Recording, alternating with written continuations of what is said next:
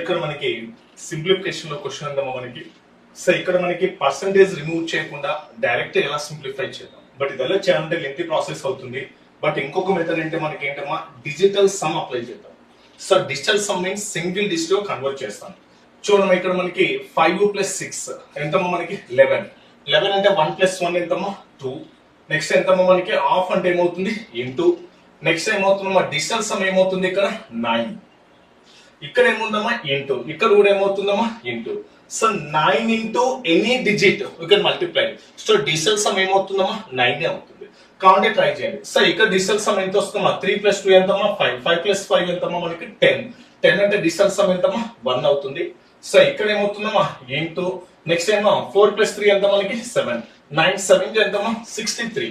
63 అంటే ఎంతమ్మా 6 + 3 ఎంత 9. 9 2 ఎంతమ్మా 18. సో టోటల్ గా డిజిటల్ సమ్ ఎంత రావాలి మనకు 9 రావాలి. సో మనం డిజిటల్ సమ్ లేక మార్చినప్పుడు ఏంటమ్మా మనకి 9 గానీ లేకుంటే 9 మల్టిపుల్ వస్తే రిమూవ్ చేయండి. Right sir. ఇప్పుడు ఏమవుతున్నామా ఇక్కడ 9 రిమూవ్ అవుతుంది కదా మనకి. 5 + 3 ఎంతమ్మా 8. 8 + 1 ఎంతమ్మా 9. సో ఇంకా రిమైనింగ్ ఎంత ఉందమ్మా 5 + 1 ఎంతమ్మా మనకు 6. ఇది డిజిటల్ సమ్ 6.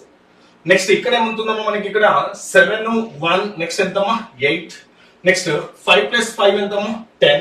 10 + 6 ఎంతమ్మా 16. 16 అంటే 6 + 1 ఎంత డిజిటల్ సమ్ 7. బట్ నెక్స్ట్ ఏమవుతుందమ్మా ఇక్కడ. సో 7 + 3 ఎంతమ్మా మనకు. సో 7 + 3 ఎంతమ్మా మనకు 10.